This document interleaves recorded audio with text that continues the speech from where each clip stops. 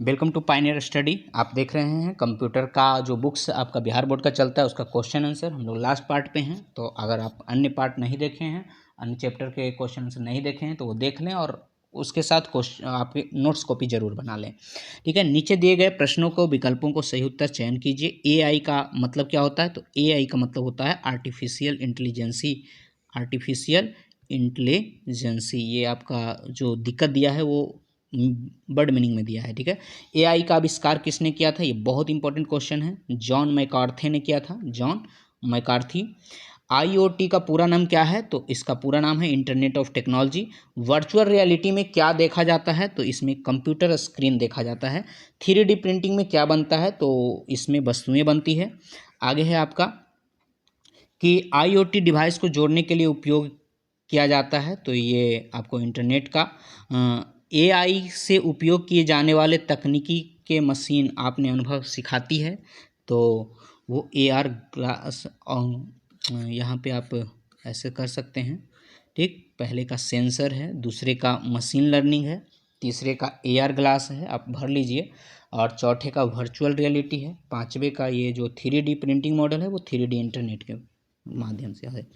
आगे यहाँ पे आप देख सकते हैं क्या कहता है, ई गवर्नेंस का उद्देश्य सरकारी सेवाओं को ऑफलाइन माध्यम में नागरिकता पहुँचाना है, तो बिल्कुल गलत बात है ये।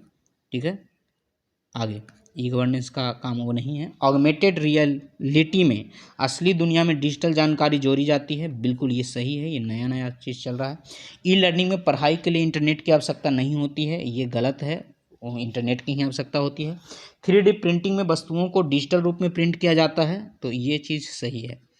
ठीक है, डिजिटल नहीं, हाँ। आगे एआई का पूरा मतलब डिजिटल नहीं, उसको रियलिटी में रियल रूप में अति किया जाता है। एआई का पूरा नाम क्या है? आर्टिफिशियल इंटेलिजेंसी है।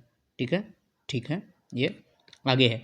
कृत्रिम बुद्धिमत्ता क्या है? उसी आर्टिफिशियल इंटेलिजेंसी को, तो कृत्रिम बुद्धिमत्ता आधुनिक तकनीकों का एक समूह है जो मशीनों को मानव बुद्धिमत्ता के आधार पर काम करने में उत्तम बनाता है।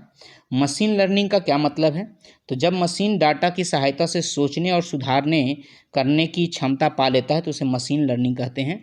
इंटरनेट ऑफ थिंग्स, तो इंटरनेट के माध्यम से जुड़ी वस्तुओं को एक जाल है।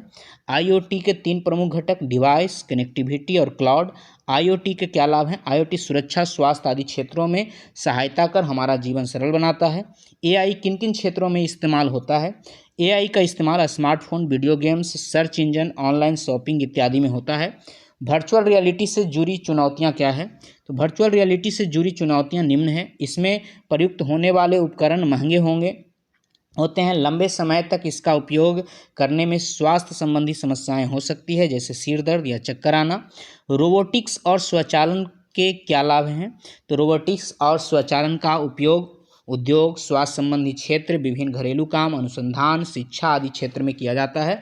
इससे सटीकता और कुशलता में वृद्धि होती है, जिससे उत्पादन की गुणवत्ता बेहतर होती है और उत्पादन में तेजी आती है। तो आप ये सब लिख लीजिए, रोक रोक कर लिख लीजिए, ताकि आप का आंसर्स, क्वेश्चन आंसर्स तैयार हो जाए। 3D प्रिंटिंग क्या है और इसके एडिटिव मैन्युफैक्चरिंग क्यों कहा जाता है? 3D प्रिंटिंग एक ऐसी तकनीक है जिसमें कंप्यूटर की मदद से किसी भी डिजाइन को की गई चीज़ को वास्तविक रूप में बनाया जाता है।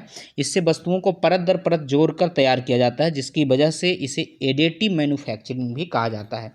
आगे 3D प्रिंटिंग से क्या लाभ है? 3D प्रिंटिंग का उपयोग इच्छानुसार डिजाइन बनाने के, और इससे तेज़ी से काम होता है, लागत कम आती है और अपव्यय भी कम होता है। तो इस प्रकार से आपका ये पूरे पुस्तक समाप्त हो गया। आप अगली बार किस सब्जेक्ट का क्वेश्चन आंसर या उसका रीडिंग्स चाहते हैं, पढ़ना चाहते हैं, तो आप ज़रूर कमेंट करें और उस सब्जेक्ट का हम करेंगे। गुड लक दोस्तों, फिर मिलेंगे अगले किसी नए सब्जेक्ट के साथ।